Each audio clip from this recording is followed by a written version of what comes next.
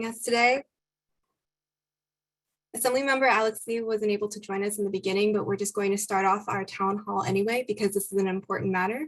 Today we're going to be speaking from, today we're going to be hearing from speakers from the California Department of Water Resources, Santa Clara Valley Water District, the Alameda County Water District, and the Bay Area Water Supply and Conservation Agency. I'm Jiraiya, and I'm a field representative for the 25th Assembly District, which includes Milpitas, North San Jose, Santa Clara, Fremont, and Newark.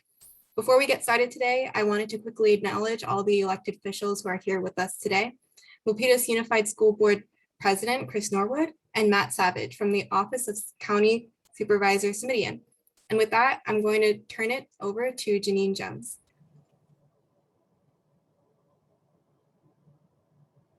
Okay, thank you and good afternoon, everyone. If we could go ahead and proceed with the slides. Okay, so I'll be talking about statewide drought conditions. And for those of you in the Santa Clara Valley, this is San Luis Reservoir very recently, which is looking very dry. And of course, part of Santa Clara's water supply does come through this reservoir. Next slide, please. So where we are now, we've had 3 state emergency proclamations for drought. These proclamations collectively cover 8 counties, essentially the state except for San Francisco City and County and Southern California counties. There's also been a number of county and tribal emergency proclamations at the local level, and all of California is covered by the USDA county drought disaster designations, which makes assistance available to agricultural producers, whether they're livestock producers or row crop or tree crop producers. Next slide, please. So just to keep in mind that this year follows a water year 2020 that was also very dry. And when we say water year in the water world, we are talking about the period from October 1st through September 30th. So this is what last water year looked like. And you can see that Northern California and into Central California was dry, but parts of Southern California were actually somewhat above average, especially out in the desert regions. Next slide, please. And here's where we are this year. And as I like to say, all of California pretty much is now a red state. So this year has been dry throughout the state, and it is a second dry year for the northern 2/3, more or less, of the state. Quite dry. In fact, some areas of the state will probably end up this water year second to perhaps 1977. Next slide, please. So if we look at the impacts of dry conditions, one of the obvious impacts is stream flow. And if we look at the Central Valley watersheds that are so important to much of California's water supplies, and we want to compare that with where we were in our last drought, the drought of 2012 to 2016, which was not that long ago at all, we can see that we're essentially right around the same levels now in year 2 of this drought as we were in years 3 and 4 of the prior drought. And in some watersheds, such as the Yuba and Feather, we're actually doing worse than we were in those 2 prior drought years. Next slide, please. And of course, one of the impacts of this is low reservoir storage. So statewide reservoir storage now is about 55% of average. And if we look, however, at some of our key reservoirs that are really important for water supply for the Central Valley Project and State Water Project, we see, for example, that Shasta Lake is 44% of average. Our own Lake Oroville is 34%, Folsom Lake 36%. So clearly low storage in a lot of our big reservoirs. And next month we expect San Luis to reach a the second lowest level of record. Our Lake Oroville has already surpassed the previous record low. Next slide, please. And just looking at how does this appear from the perspective of statewide long-term trends, if you focus on the orangish line, which is essentially a running average kind of plot, you see that we've really been in a long-term decline in runoff for some time. In fact, if we just look in this century, since 2000, we have had more dry years than wet in this time period. And we have had several droughts. We've had the drought of 2007 to 2009, 2012 to 2016, and now our current event. Next slide, please. Where do we rank? So last water year, came in 5th place behind 2014, which was a very dry year from our prior drought. And note that 2015 was also in this top dozen ranking. Water year isn't over now for water year 2021, but it's likely that, we will come in the, probably the 3rd or 4th place, depending on where you are in the state. Next slide, please. And also keeping in mind that we have been very warm, actually throughout this entire century, not just this year and last year. In 2014 and 2015, California had its warmest and second warmest years of record, calendar years. And, clearly we are once again in very warm territory throughout much of the West.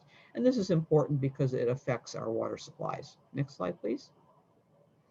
So, not our first rodeo with drought, clearly. We have a good understanding of the impacts of water supply shortages. And typically in a drought, it's the small water systems, meaning systems with just a few hundred connections that have problems because they are small and they don't have the resources to have a diversified supply portfolio and don't have the ratepayer base to afford some of the reliability programs that large systems who tend to do well during drought can handle because they have larger ratepayer bases. And of course, from a health and safety standpoint, one of the huge impacts we see is wildfire. And in fact, we are seeing that now here in Sacramento. The sky is pretty much a winter shade of gray, but it's not gray, unfortunately, it's smoke. Next slide, please. And, we have had in this century, again, focusing on the effect of warming and drying conditions. Most of our large, significant fires with big impacts have occurred from 2000 onwards, including fires like the Tubbs Fire and Camp Fire, which saw massive destruction of water distribution systems. So not only are we seeing bigger and more destructive fires, we're seeing a lot more damage to water infrastructure in fires. Next slide, please. What about the coming water year? Well, we know we're starting out very dry, and that means we're going to have low runoff efficiency because we have dry soils, dry vegetation, a depleted atmosphere even, and it will take above average precipitation to get a average runoff. So don't think that if we just have, a decent precipitation year next year, that will translate into good runoff. Next slide, please. And turning now to the latter part of my presentation, just want to point out the importance of conserving water under these conditions. And a lot of outreach was done in our prior droughts, such as this messaging provided for us by Caltrans. Next slide, please. And pointing out things that we can all do now. In 2018, the Making Water Conservation a Way of Life legislation was enacted, which sets a number of requirements for water conservation in statute moving forward. This year, the governor's executive order called for a 15% voluntary conservation statewide, and there are many resources about conservation that you can find on this website, saveourwater.com. And we always encourage people to check the websites of your local water supplier because they will have the specifics for your area, including any additional conservation requirements, voluntary or mandatory, that your particular supplier is asking for. And last slide, please. And this is where I wrap up. Thank you very much.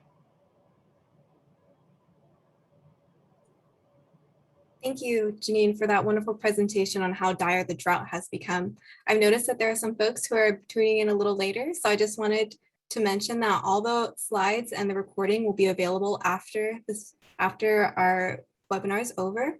And I also wanted to give a shout out to Marley Smith from David Cohen's office from San Jose City Council District 4. And now our next presenters are from the Santa Clara Valley Water District. I'd like to introduce Director Richard Santos and Chief Aaron Baker. Yeah, well, thank you. And thank you, Assemblymember Lee, for having this water education town hall meeting. We really appreciate it. We are in a severe drought situation, and we need to conserve water and use water wisely. So with that, I brought our expert, our chief officer of the water supply in Santa Clara Valley Water District, Chief Baker. So he'll take off. And again, folks, use water wisely and be safe. Chief Baker. Thank you, Director Santos. And this is actually, Ms. Jones's presentation couldn't tee up our presentation any better. I think that, the speed at which this drought has come across compared to the previous drought, and then the amount of water it's going to take for us to get out of this drought. I think, with those reservoir levels being at their lowest that we've seen in a while, we definitely have our eyes on what's going on right now, but what it's going to take and what we'll need to do to conserve and make sure that we have water for next year. Next slide, please. So what is Valley Water? Valley Water's mission is to provide Silicon Valley with safe, clean water for a healthy life, environment, and economy. So we actually do a clean, reliable water supply, flood protection, and stewards of the environment. Our board is charged with aggressively protecting the quality and reliability of our water supply for the people that we serve through about approximately 2 million residents in Santa Clara County through 13 local water providers. We're also the flood protection agency for Santa Clara County. And we also have another focus area of being good stewards of the environment. We achieve this in many ways, including taking care of the streams, the watersheds, hosting cleanup days, and other efforts. Valley Water has about 850 employees and last year's fiscal year 21 budget of about $610 million. The agency is governed by an elected board of directors with 7 members. And for those of you in the portion of Assemblymember Lee's district in Santa Clara County, most of you are represented on the Valley Water Board by Director Santos. Next slide, please. So Valley Water actually started out as a groundwater management agency. And this chart shows how our land surface sank when groundwater was overpumped with the increasing population in Santa Clara County. We actively manage our groundwater and recharge it to ensure that this does not happen again, because of course, the sinking of the ground can have significant impacts on our infrastructure. We also protect the groundwater against saltwater intrusion. In this graph, the blue line represents the groundwater elevation. The dashed green line is the population and the orange line is the surface of the land. You'll see the orange line goes down up until the 70s when we halted subsidence in the county. But prior to that, parts of San Jose, particularly in the North San Jose area, sank as much as 13 feet. So the reservoirs we built in the 30s and the 50s helped us capture water, replenish the groundwater, but our explosive growth and major droughts has strained our resources. So we started importing water from the State Water Project in 1965 and from the Central Valley Project, which is run by the Bureau of Reclamation in 1980s. Next slide, please. Where is water used locally? And how do we use water in our county? Over half of our water used is used by residences, including for their landscaping. And half of that residential water use is outdoors. That's why we're replacing lawns with water efficient landscaping is so important. You can learn more about our water efficient programs at watersavings.org. Businesses use about 30% of water in the county, and we also have programs to assist them with water efficient technologies. Next slide, please. We've talked about how businesses and families use water that we provide, but where does Valley Water get its water from? As you can see, Valley Water has a diverse water supply portfolio. Half of our water is imported from outside the county, and our local water supplies consist of both surface and groundwater. We also have recycled water, and we count on water conservation programs as water sources because every drop we don't use is water that's available for the future. And I'd like to actually highlight that every drop we save during this drought through additional conservation or other things, one less water we have to import, one less drop of water that we're allowed to carry over, and one more drop of water that we'll have for next year if next year is dry. Next slide, please. Looking at this slide, and actually from Mrs. Jones's presentation before, you can definitely see that Santa Clara County and most of California is in exceptional drought. In fact, depending on how you look at this year is the driest since or as about 1977. In 2021, this year, the drought caused reduced snowpack in the Sierra Nevada mountains, which means less imported water available for Santa Clara County. In addition, Anderson Dam, which is the largest dam in our county, of the 10 reservoirs we have, you could actually fit the volume of all of our other reservoirs into Anderson Dam. So that's how it's our largest and one of our most productive reservoirs. We'll be undergoing a seismic retrofit and will be unable to store water or collect runoff for the next 10 years while we do this federally mandated seismic retrofit. We also don't know how much worse drought conditions will get through the next year or the year after that. The current drought conditions required Valley Water and will continue to require us to take action. Right now, Valley Water is working to bring in emergency water supplies to meet the demand and keep our groundwater levels healthy for the rest of the year. And as I said before, we need to better position ourselves for the potential continuation of this drought into 2022 and beyond. If we don't increase our conservation measures and secure more water now, we could experience severe shortages in the coming years. Water supply shortages, as we mentioned before, can lead to subsidence or land sinking, which could damage roads, pipes, and other expensive infrastructure. The good news is that we and our county and our state partners have begun to take action. On June 9th, the Valley Water Board of Directors declared a water shortage emergency and called for a 15% mandatory reduction in water use compared to 2019. Shortly thereafter, the Santa Clara County Board of Supervisors adopted a drought emergency resolution followed by Governor Newsom adding Santa Clara County to the state's declaration on July 8th. These actions could help with our emergency water transfers. Many of our retailers and cities have taken actions to implement the call for 15% water use reduction and implement water use restrictions. We would like to thank the cities of Milpitas and Santa Clara for already taking actions. Next slide, please. Another issue associated with drought is unfortunately the financial cost. This slide shows what the spot price of water in California may be, and this is actually a little dated, so it's even more dire than some of these numbers I'd like to show here. I want to point out that our team at Valley Water is almost always able to locate and negotiate better prices than this, but there is the price of water right now is very high due to the shortage of water.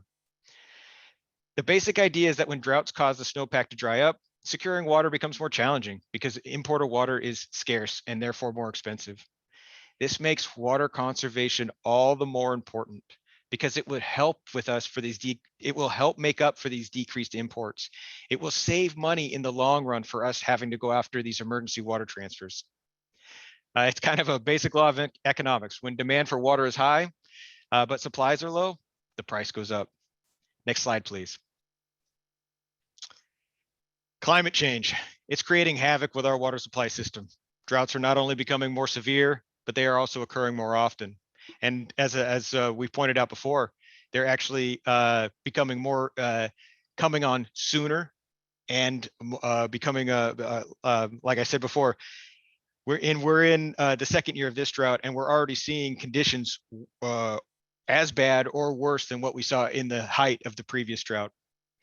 In fact, in the past 15 years have included 2 multi-year droughts. As you can see from this slide, the 2020 Sierra Nevada snowpack melted 4 weeks earlier than usual. Not only that, but due to the increased heat, due to the parched earth, and much of the melting of the snow didn't make it into some of those key reservoirs that actually Ms. Jones was talking about earlier. The federal and state projects rely primarily on Shasta, Folsom, Oroville as some of the key reservoirs that help make up the allocations that we get. To prepare for droughts, Valley Water is investing in long-term projects and new water purification facilities. However, we also need to increase conservation measures now to make sure we are prepared to live with droughts for the future. Water conservation measures include limiting watering of lawns, bans on washing driveways or buildings, limits on filling or uncovering pools, and requirements for washing down driveways and other things. Next slide, please. Valley Water encourages everyone to make water conservation a way of life, not only here in Santa Clara County, but everywhere in the state of California. In Santa Clara County, we offer residents and businesses great programs to help you conserve water. We encourage everyone to visit our website at watersavings.org to get more information on how you can save water and money. In Santa Clara County, About half of the water used in the typical home is for outdoor use. That means that residents who convert their lawns to drought-resistant landscapes will be able to save significant amounts of water and money. Residents who transition their lawns are eligible for up to $3,000 in rebates from Valley Water's landscape program. Residents of Santa Clara County may also be eligible for a free WaterWise outdoor survey that can help you understand different ways to save money in your yard, which could also help lower your water bill. Residents and businesses can also save money by checking their houses and facilities for leaks, installing efficient fixtures and appliances. In fact, businesses and residences can order free equipment like this and other water savings devices using our online shopping cart, also available at our website. In addition, businesses can apply for water efficient technology program, which can provide up to $100,000 in rebates to businesses who plan to modernize their facilities with water saving technologies. Finally, we also recommend that residences limit their showers to 5 minutes and turn the water off while they brush their teeth. Next slide, please. In conclusion, the drought is real and serious. And not only that, but we need to look ahead to understand what next year may bring. It's making water supply ever more difficult. And unfortunately, we can expect to see more droughts in the future. Valley Water is taking action now to enable a healthy, reliable water supply for Santa Clara County, but we need your help. While Valley Water is currently negotiating the purchase of emergency water supplies and expanding our rebate programs to help save water in the short term, we are also continuing to work on long-term projects to help Silicon Valley prepare for droughts, such as recycled water and the efforts of climate change in the future. We encourage everyone to join Valley Water in spreading the word about the drought emergency and many of our water conservation programs. Thank you very much. And with that, I'd like to turn it over to Director Santos for our closing. Thank you, Chief Baker. Folks, you can't get any better than that. We're in a severe drought situation, and the only way we're going to do it is all work together. That's a fine presentation by Ms. Jones and again by Chief Baker. Take advantage of our rebate programs. Let's all work together to solve this very severe drought situation. Thank you. Thank you for that wonderful presentation. Now we're going to shift it over to Alameda County. And I would like to introduce Board President Akbari and General Manager Stevenson, who will be answering questions at the end of our Q&A session. Great. Thank you so much. Thank you, everybody, for joining us today. Really appreciative of Assemblymember Lee for hosting today's event and for all the staff for putting it together. And then for all my colleagues who are here presenting and members of the public, we really appreciate you joining us today. My name is Aziz. I am currently the board president of the Alameda County Water District. I'm joined by my colleague, our general manager, Ed Stevenson, and we're going to be talking a little bit about how the Alameda County Water District is preparing for this drought and for upcoming reliability issues within our service area. Before we do that, let me talk a little bit, let me give some context about where we're coming from. Next slide, please. Actually, one more slide. So ACWD serves a population of about 357,000 people over 105 square mile service area. This includes the cities of Fremont, Newark, and Union City in southern Alameda County. Our mission is to provide a reliable supply of high quality water at a reasonable price to our customers. Next slide, please. Our major sources of supply include the Alameda Creek watershed and the Niles Cone groundwater basin, which accounts for about 40% of our supply. The SFPUC regional water system fed from the Hetch Hetchy Reservoir is about 20% of our supply. And then the Sacramento-San Joaquin Delta via the State Water Project provides us with the other 40% of our supply. So our customers have invested in a complex but robust water supply portfolio that provides operational flexibility, but also, and very importantly, resiliency against droughts and other water supply shortages. That said, for ACWD and dozens of other water agencies throughout the state that rely on the Delta and the State Water Project, the drought is a significant challenge, and we'll talk a little bit more about how we're tackling that in a moment. Next slide, please. So this is where ACWD's water goes within our service area. As you can see, our customer base is largely residential, with about 70% of our water delivered to our residential customers. Similar to Valley Water, about 50% of the water that we use, but that our residential customers use, is for outdoor use, primarily for landscape irrigation. And ACWD has a comprehensive program to help our customers conserve water for outdoor uses. When it comes to droughts and water supply shortages, we really work with our customers as much as we can to help them limit their outdoor water usage. And I'll talk a little bit more about some of those programs a little bit later today as well. Next slide, please. Now, of course, the main topic this evening is the historic drought that's impacting California and the West. We're currently in the second of 2 very dry years in California. Like was mentioned earlier, we're in the 13th driest year on record, and we saw the 5th lowest precipitation runoff ever recorded. So this year is shaping up to be very similar to last. Importantly, you can see that very severe drought conditions apply to the northern part of the state. This is where the majority of the state water project water comes from. There was very little precipitation and snowpack in the northern Sierras this year, only about 46% of normal. So there wasn't much water available in the snowpack to fill the state's reservoirs, and the runoff from the snowpack that was there, a lot of it soaked into the ground or evaporated so that it never really made it to the large reservoirs that serve the state water project. For example, the largest reservoir serving the entire state water project is Lake Oroville. It's only at about 23% capacity, and we're only into August so far. Last spring, the state reduced our state project allocation, which again represents about 40% of our typical water supply, down to only 5% of our contractual entitlement. So that's really a big deal for ACWD. Since last spring, dry conditions have worsened, and on July 8th, the governor declared a water shortage emergency condition in about 50 of California's 58 counties. And in order to reduce demands on the state's dwindling supplies, the state is also calling for at least a 15% voluntary conservation by all Californians. ACWD is coordinating with the state and with other water agencies across the state, and we support the state's call for 15% conservation. And we're doing our best to help our customers meet that goal and to conserve water now so that we have more available for the next dry year and for subsequent dry years. Next slide, please. Now, while ACWD is managing our water supplies this year, we're always planning for next year and for subsequent years.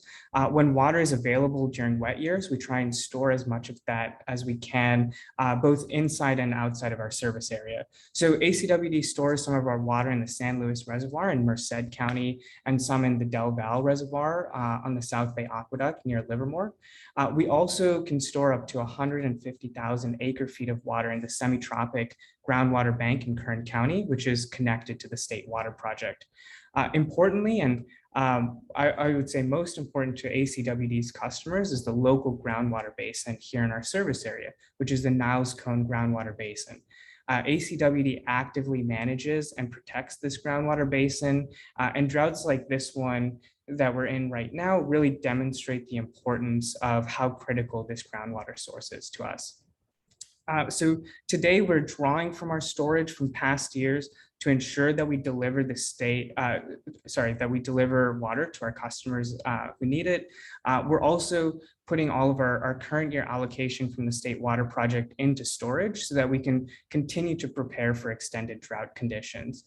And given the severity of the drought and the need to ensure that water is available for subsequent dry years, we're hoping that we all can come together and conserve the water that we have. That's why, like I said, ACWD is supporting the state's call for 15% conservation by our customers as compared to our 2020 consumption levels. Next slide, please. So this chart shows where our customers are. We are, of course, using less water this year than in 2020, but we really need that downward trend to continue. So the red line on this chart shows our current year customer demands, and the orange line shows our 2020 demands. So right now, our customers are using about 6% less water than last year, but we're still using about 20% more water than we did at the height of the last drought in 2015, which is shown in the tan line at the bottom of the chart. So we know that there's still a lot of work that we can do together to save water now. Next slide, please. Now, of course, some people think that reducing water by 15%, their water usage is a burden. Others think that they'll need to kill their lawns and their flowers and their trees to really make some kind of an impact.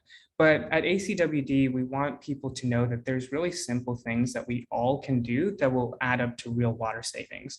We like to call these our conservation hacks. So for example, simply watering the lawn 1 fewer day per week, flushing your toilet 2 fewer times per day, and spending 3 fewer minutes in the shower every day can add up to a 15% conservation goal. It's pretty simple. I mean, these are hacks that anyone can do. And if we all do these simple things, we can be better prepared for the dry years ahead. Next slide, please.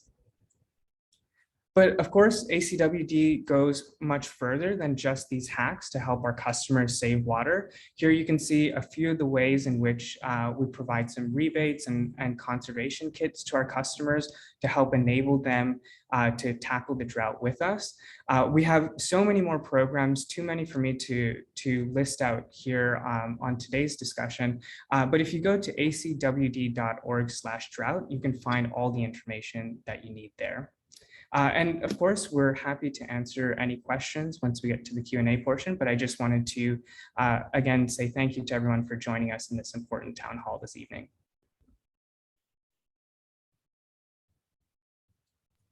Thank you so much for that wonderful presentation. And actually, Assemblymember Alex Lee has been able to join our call, and so he'd just like to speak for a couple minutes.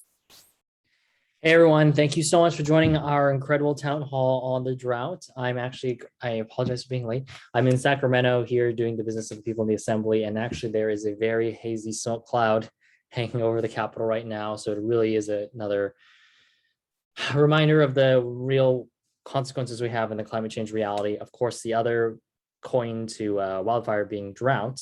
And I just want to quickly also thank some of the incredible speakers you're hearing from already and you will hear from. I want to thank Jeannie Jones from the California Department of Water and Resources, Richard Santos from the Santa Clara Water District, Aziz Akbari from the Alameda County Water District, and Tom Francis from the Bay Area Water Supply and Conservation Agency. All great people who will have a ton of resources for you all as they speak and give their presentations. But remember, we'll also be having a Q&A session at the end of this. So if you have any questions, whether you're watching on Facebook or Zoom, you can leave your questions in the chat and we'll try to get to those in our Q&A function.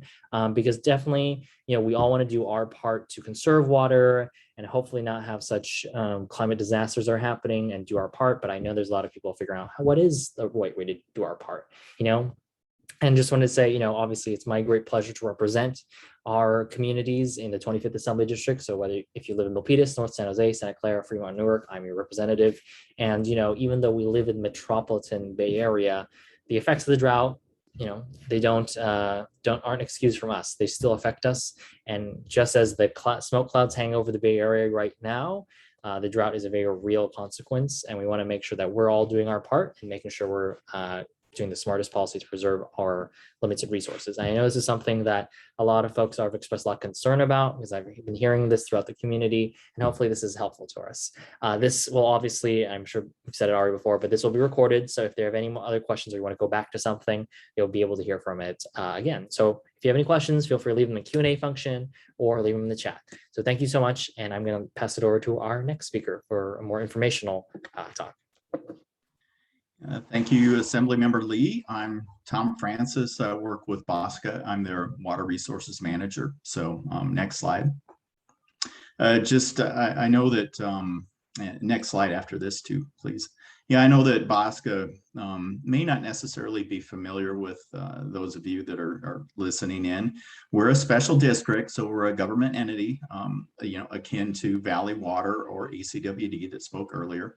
We were formed in 2003, and you see that cookie cutter image off to the right. That's the Bosco member agency. So there's 26 of us, including in Assemblymember Lee's district, for example, Milpitas and ACWD, who spoke earlier, they're Bosco member agencies. 1.8 million people are located in all those cookie cutters. So it's a good number of residents, a good percentage of the state, really, if you think about it. And many businesses and community organizations that rely on the SFPUC for parts of their water supply, some of them for all of their water supply. Not necessarily Milpitas and ACWD, they're fortunate. They have more than just the San Francisco system. Next slide. So what is the San Francisco Regional Water System? I'm sure all of you are familiar with Yosemite National Park, but maybe not all of you have actually made it to the northern part of the park. That's where Hetch Hetchy Reservoir is located, and we have a wonderful, robust reservoir, and you'll see in the next slide. It provides a good portion of our water supply.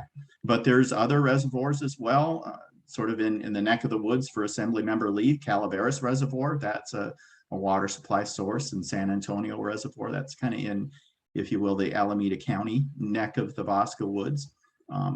Lots of tunnels, treatment plants, and some reservoirs over in the peninsula form the regional water system. So it's a very extensive water supply and delivery system.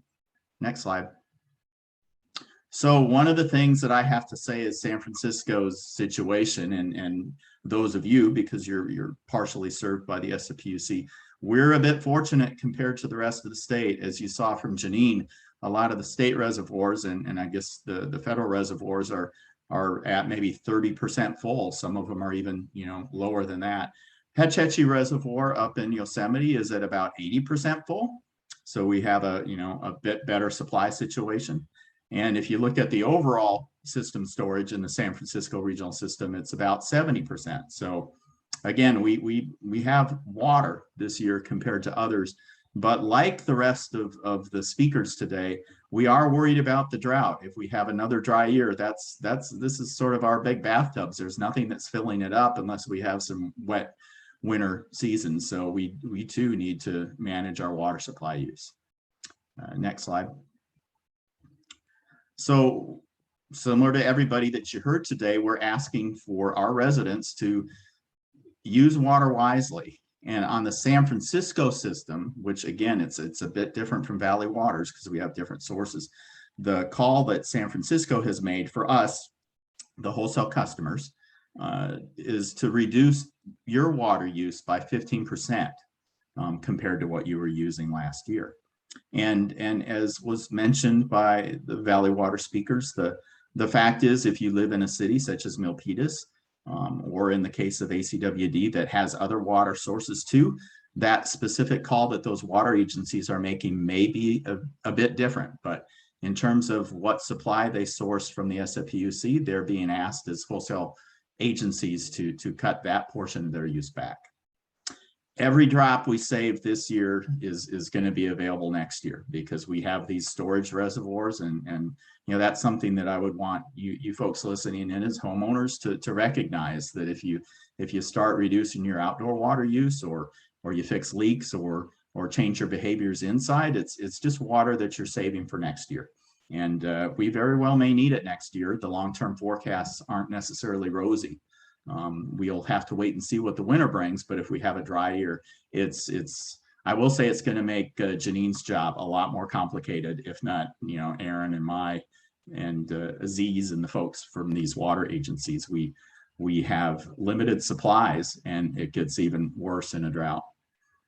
Summertime's the best time to save water because outdoor water use is a significant part of our overall water use. So it's one of those things, do drought tolerant plantings or just let your lawns dry. That's the case. And this little graphic off to the right shows you that one lawn watering is about 71 loads of your dishwasher.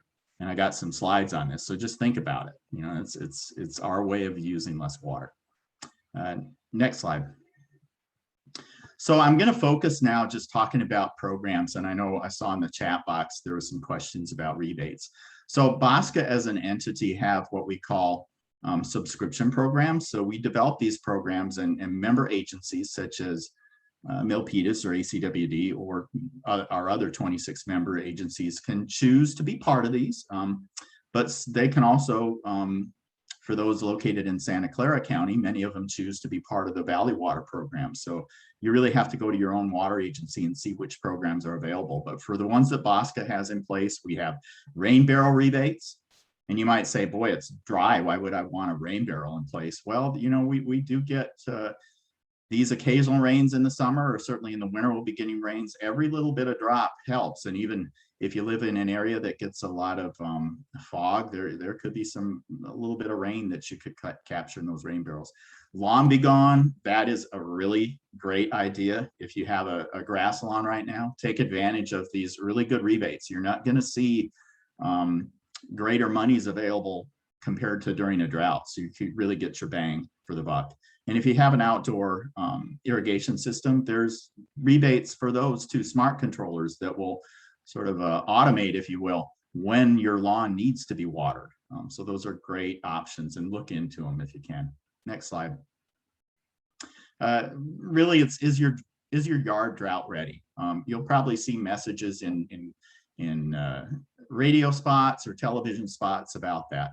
And BOSCA as an organization provides free landscape classes. So, you know, I know maybe not all of you are expert gardeners, but these are available. Milpitas, for example, wants to do 2 classes this fall. And so we've signed that agency up. ACWD does lots of classes, and I know Valley Water and BOSCA are talking together about sponsoring some classes in Santa Clara County. So you would learn hands-on from expert landscapers and gardeners what you can do, what types of plants to consider, you know, how to go about making your yard more drought tolerant or more effective in terms of how you're using your water use.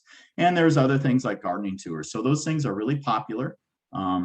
Because of COVID, we've been doing a lot of this remotely. So you can just sign up and it will be Zoom classes, but you know, knock on wood, hopefully COVID is going to slow down a bit or make it available. These typically are in-person classes. So we'll look at doing a mix of both probably in the fall. Next slide. We have some new programs that BOSCA has initiated, irrigation hardware rebates, and you can see on the left of this slide what dollar amounts you could get back. And then we call it a residential self-audit tool. If you live in a house, there's this package that you can basically order. It's pretty much free if our member agencies are participating in that. And you can use that to kind of do your own tests to figure out if you have leaks or maybe you know, how water efficient your home is. So it's it's kind of fun. And I know that at my house, for example, I'm doing this just to see if I've, you would think I'm a water expert. I'd know if I have leaks, but this is a great tool. So next slide. Those rebate programs, like I said, depending on where you live, you may find that there's different programs available. So we have our BOSCA website set up, and that's bosca.org. You can get in there. There's a drought link right on the first page. You could, through your computer, just hover your mouse over where you live, one of those cookie cutters, and you can click that box and it will take you right to the agency, and you'll see what rebate programs they themselves are providing. So it's a really good resource, and you can see if there's those of you on the call that maybe don't live within Assemblymember Lee's district and you live on the peninsula, well, this map will help. Next slide. So I saw in the chat box, and I have to apologize. I'm kind of I did try to answer some of those questions in the chat box, which doesn't mean you shouldn't still pose them when we take a break here. But I know a lot of you are looking for water saving tips, and some of these might seem fairly straightforward, maybe something that you're already aware of, but I'm going to bring it up again because these are really how to use less water. So, trim back your lawn watering schedule. You don't need to water your lawn every day. Look at maybe 2 days a week or at most 3. And I hate to say it, if we have another dry year, there may or may not be any outdoor watering allowed. We'll just have to see what happens. I mentioned the rebate programs, and the folks at Valley Water did as well. Those are great to think about. If you saw those photos, you can have a beautiful yard. It doesn't have to be grass. Sprinkler head, obviously, if there's problems with those, you can have an area where you're wasting water. And look at the timing of when you're doing the outdoor watering. Do it during the cool part of the day. Don't do this during the peak of the afternoon. And we don't like to see, and it's something you shouldn't be doing if you want to save water. Don't use your hose to clean your sidewalks or hard surfaces. Use a broom. This water is pretty precious for us, especially during this drought. And so you think about how you're using that water. And again, I like this kind of slide off to the right. The one lawn watering is 195 flushes of your toilet. So think about that. Again, use the outdoor water sparingly. Next slide. So indoor water saving tips, common sense. I think Aaron mentioned this too. If you're going to brush your teeth, don't leave your faucet running. That's a waste of water. Same thing could be with dishes. Fill up your sink and do the dishes. Don't necessarily have the water running through it. And if you're loading your dishwashers, wait until you have a full load. Shorter showers are really important. Showers are, I wouldn't say they're a waste of water. Obviously, we need to shower, but if you have kids, I know in my case, kids love long showers, and I have to kind of police them on that. Fix any leaks that you find, certainly in your home. And if you have an older toilet or older clothes washer, they're probably not all that water efficient. So now is a good time to think about doing that. I saw in the chat box there was a question about what apartment dwellers can do, and I'm sure that my cohorts here can talk for ACWD and Valley Water. My comment would be some of these water saving tips apply whether you own a home or if you're renting.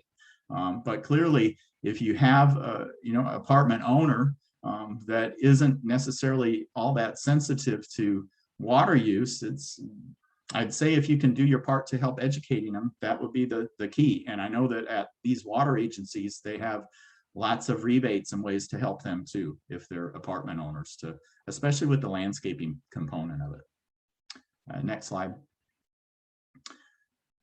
So I think we had this before. I won't go over it again, but again, it's to use water wisely outdoors. And there's some tips that I pretty much provided. So just in the interest of time, I'm going to go to the next slide. So next slide. So that's kind of it for me, just some comments and questions, which I think we'll turn back to Assemblymember Lee and his team to open up the floor. Well, thank you so much. I really appreciate everyone's fantastic presentations and very, very informative. So we're going to go through some of the Q&A section. So if you're watching right now and you have any questions, feel free to drop them in the chat or in the Q&A function box on the bottom of your screen. We'll go through some of them. So here's a question for CDWR. How are we making future projections of our water supply with the ongoing fires in our snowpack? Lack of shade, more rapid melt, contamination, scorched soil, and how will we address this moving forward with the lack of imported water that we have become so reliant on? Very detailed question. So two-part answer to this question. First, about the snowpack forecasting. So one of the issues we know with climate change in the long term is by the end of the century, we'll have lost a lot of our mountain snowpack, and that snowpack serves as the reservoir that supports a lot of our water infrastructure, in essence. So we have been working with the research community and projects such as NASA's Airborne Snow Observatory, which uses aircraft-based remote sensing to fly the snowpack and get greatly improved estimates of snowpack extent and water content. Likewise, we've partnered with the University of Colorado in a satellite-based remote sensing technology approach. Same thing, because if we get better estimates of the snowpack than what we can get from the on-the-ground sensors that are manually measured, then we can provide better forecasts. So that's at the big picture statewide scale. Now, the second part of that question was really directed more at the local service area level, talking about how can we, how can we predict what happens with our imported supplies. And if you look at a district whose supply is as complicated as Santa Clara's, where they get water from the State Water Project, the Federal Central Valley Project, local surface water, and groundwater, they have to use a mixture of techniques to forecast their supplies. And, I would invite any of the local agencies who want to chime in on that question.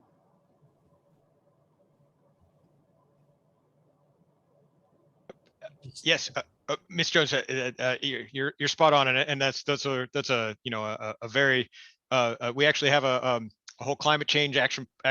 Well, we have a climate change action plan. We have a lot of other things that we're looking at, but it's the catch-22 of also, like you said, locally, what does that change mean? Although locally we don't have snowpack here in San Jose, but we do have rainfall and runoff. And if those storms are coming at different times, or if we're seeing more evaporation, or there's other things going on, those are things that we're definitely taking a look at and planning for. And then, of course, working closely with our state and federal partners to improve the modeling. As Ms. Jones has said, the state has really moved forward on partnering with others to make sure that they're having a better idea of what's going on. I think we've kind of learned during this drought the parched earth, the amount of evaporation, and the lack of water, the lack of the amount of snow melt that normally would go into a reservoir is much less. And so we're working very closely with those agencies to understand what that is and model appropriately and plan appropriately for those things. But yes, times are changing, and we're working hard and using the best available technology to try to get ahead of it. Yeah, and this is Ed Stevenson with Alameda County Water District. I'm the general manager here, and I think we're very much in a similar situation as Santa Clara Valley Water District, and as Aaron described, we do a lot of modeling on not only incorporating the state's projections and the state's own modeling and models into our projections, but also we do a lot of modeling on our local groundwater basin. And you heard our president Akbari talk about the importance of the Niles Cone groundwater basin to our supplies. We do a great deal of modeling on that basin to try and project the impacts of different scenarios related to water supply and even climate change in the future. So we do as much advanced forecasting as we can to ensure that we're as informed as we can be with regard to the various scenarios that might come about with regard to drought or other water supply issues, including climate change. And Board Member Santos, I saw you came off mute for a second. Is there something you wanted to add as well? I can tell you, we work with everybody. We read the Stanford scientific papers, NASA scientific papers. We do everything we can, talking about water transfer, climate change. There's nothing we don't do. And we work and collaborate with all the other water districts because we all can educate each other and find ways of working together to solve this very serious issue. And we will. We're up for the challenge, but we got to do it with each other. Absolutely. Thank you. Well, there's another great question. This is from Jeanette from Fremont, and she asks, what can tenants in apartments do to save water? And I know we kind of touched upon this in some of the presentations, but what can tenants do to save water? Well, Jeanette, this is Ed Stevenson again, and you're within our service area here at ACWD. So just wanted to say thank you for the question. So I really appreciate that you recognize that everybody has a part to play, right? Whether tenant, landlord, homeowner, everybody has a part to play in saving water. And as was mentioned previously, a lot of the programs that are available to customers throughout our individual service areas, they really do apply to everybody. But some don't, right? Landlord really controls the irrigation in many cases, and the washing machines and the types of fixtures that are used. But everybody has a role, and things that you can do include, just routinely checking for leaks, right? I mean, just a leaking toilet can waste 100 or a couple of 100 gallons an hour, depending on the situation. Keeping showers a little bit shorter. And I see in your question that, you've indicated that you're one of those many folks that do a great job in trying to conserve water and even collect water from the shower that would otherwise go down the drain. Simple things like not letting the water run while you're washing your hands, while you're shaving, brushing your teeth. Make sure that you've got low flow fixtures on your faucets. So these little things do add up. And as you've seen in the various presentations today, really it's a lot of, and what ACWD calls conservation hacks that that really do add up. And when we're talking about a 15% conservation objective at this point, those things can really add up to that 15%. I also saw in your comment about a suggestion about multiple facts sheets that can be used, or flyers that could be used to inform different types of customers. And that's a great suggestion. And in fact, ACWD just recently posted to our website a separate fact sheet that applies to multifamily uses and apartment folks, dwellers. So be sure to go to our website in our service area, acwd.org/drought. And there is a lot of information on that website about tips, about specific programs, rebates, and other tools that you can use to help conserve water for everybody for the future. Thank you so much, Ed. I don't know if anyone else wants to touch upon that. Just giving you a chance. For those that are in Santa Clara County, we watersavings.org. We also have much of the similar things that Mr. Stevenson talked about, and then we also have for multifamily units or multiple units, we do have water inspections and other things that we can actually come and have, or virtually have our if you have a community group organization or a community group inside, we have water savings experts who can virtually come and talk about some of those tips through our you can sign up through watersavings.org. Thank you. Absolutely. Well, I think we're starting to run close to the end time here. So we'll do one more question. I think this is a really good question. There's a lot of great questions here as well. So if we did not get to your question today, feel free to please contact our office, my office, or any of the presenters you saw here today. We'll be sending out obviously all that information to everyone who RSVP'd. But Laura S. asked a good question, and I've heard this several times, is do any of our water districts have plans for desalination plants? Now, desalination plants, for those who are out there who are unfamiliar, it's essentially in a nutshell, is a technology that takes salt water and turns it into fresh water. Now, there are trade-offs to this technology, but I wanted to just give room for any of our water districts to talk about if they ever consider this technology. There's a project that's a multi-bay area project called the Regional Desalination Project that I believe Valley Water is part of. The SFPUC is partnered in it, as well as East Bay Mud. And if you Google the website Bay Area Regional Desalination, so it's a lot in there, but you can Google that website and you'll get information on it. It would be a desalination project that would be sited in Contra Costa County, but it would actually serve the entire Bay region. But as you can imagine, desalination has its critics as well. It does have an environmental impact that maybe is unique, so to speak. And so the ability to build one isn't necessarily a slam dunk. It could take many years. And so this particular project is in the at the stage where it's still in planning, but it could be moving forward. Certainly during times of droughts, that's when those things might take place. And I might pass it over to Ed, because another type of desalination is if you get saline groundwater, like groundwater wells that are close to the bay, and they have such a project, you can actually install those easier, so to speak. It's not like a big desalination plant next to the ocean, and they're doing that. And I think Aaron and his team from Valley Water probably are looking at similar types things. So there is desalination, at least that I'm aware of. ACWD is doing that with their groundwater right now. So. Yeah, that's right, Tom. And we've been doing it for quite some time now. Since 2003, we've had a brackish water desalination facility. It's located in the city of Newark. And it's an important part of our overall water supply portfolio, making use of that brackish water that would otherwise not be able to be used. And so it's become an important part of our water supply. And the things that we're doing in terms of improvements for the future include additional improvements related to brackish groundwater wells. And again, this is to assist with both drought, but also climate change too, because climate change will impact our groundwater basin through sea level rise. So yeah, desalination is an important part of Alameda County Water District's current water portfolio, but we're certainly in support of other efforts and initiatives to increase desalination throughout the Bay Area and also the state.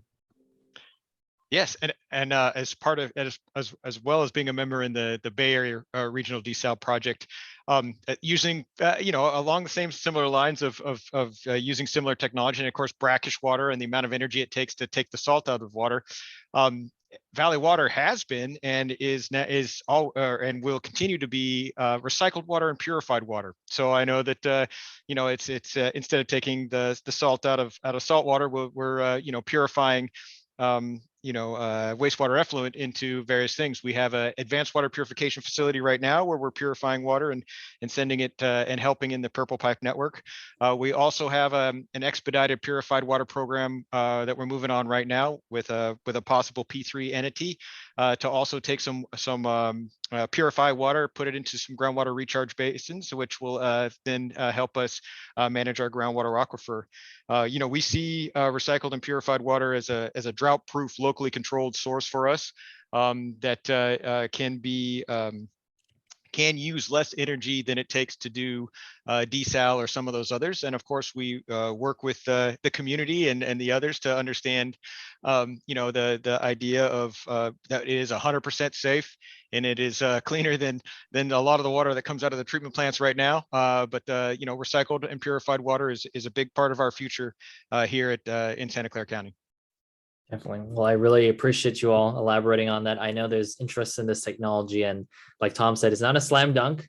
It's certainly an instrument which we can use, but we have to be mindful that we have to use our existing practices and not just rely on new technology to get our ways out of old problems, certainly. I know we're running short on time now, we're running near the end, but I wanted to give maybe a 1-minute closing for each of our guests. If you want to leave all our audience with any last thoughts about how to best do their part in the drought, I really want to just thank you all again for presenting. And if folks have more questions, feel free to please contact our office or all the great folks you see here on the slides. But how about we do kind of quick last thoughts, and I'll start with the folks that I see on my screen. I'll start with Tom. So my last thought is I think we as water agency staff look to you as the public to pretty much guide us on what we need to do. But during a drought, it might be a unique time when we're actually looking to you as our customers to help us meet these conservation targets. And I do like what ACWD as well as Valley Water are doing. ACWD's this water hacks. I forget what they termed it as, but something simple, which you might think, oh, this isn't making much savings. I'll just call my apartment landlord and have this toilet fixed, or I'll tell my kids not to leave the water running when they're brushing their teeth.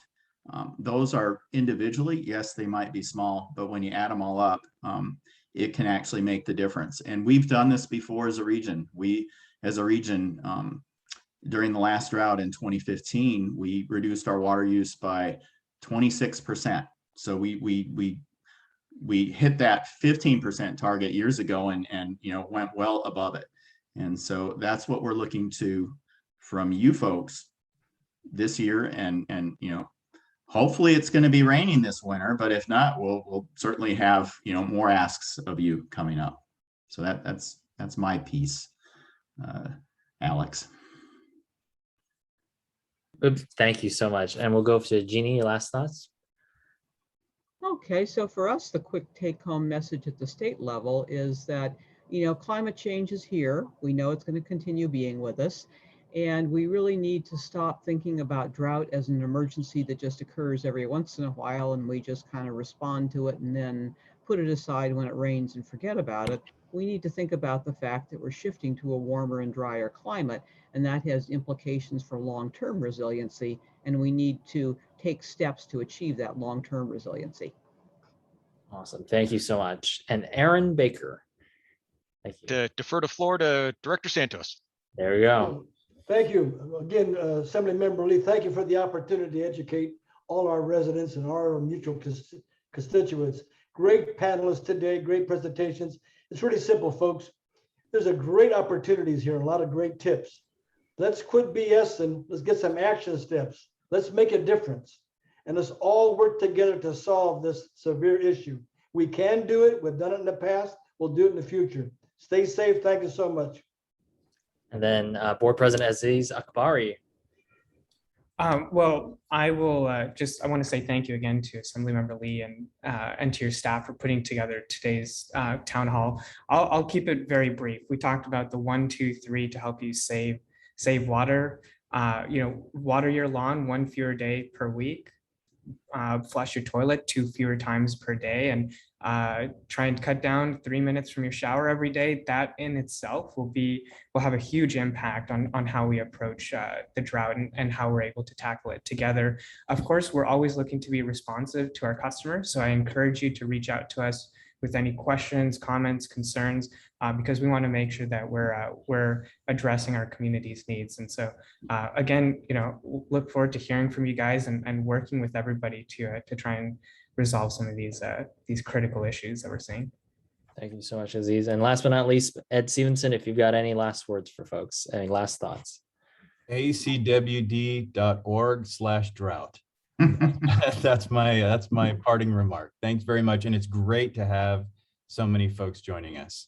So really appreciate the interest and the energy on this issue.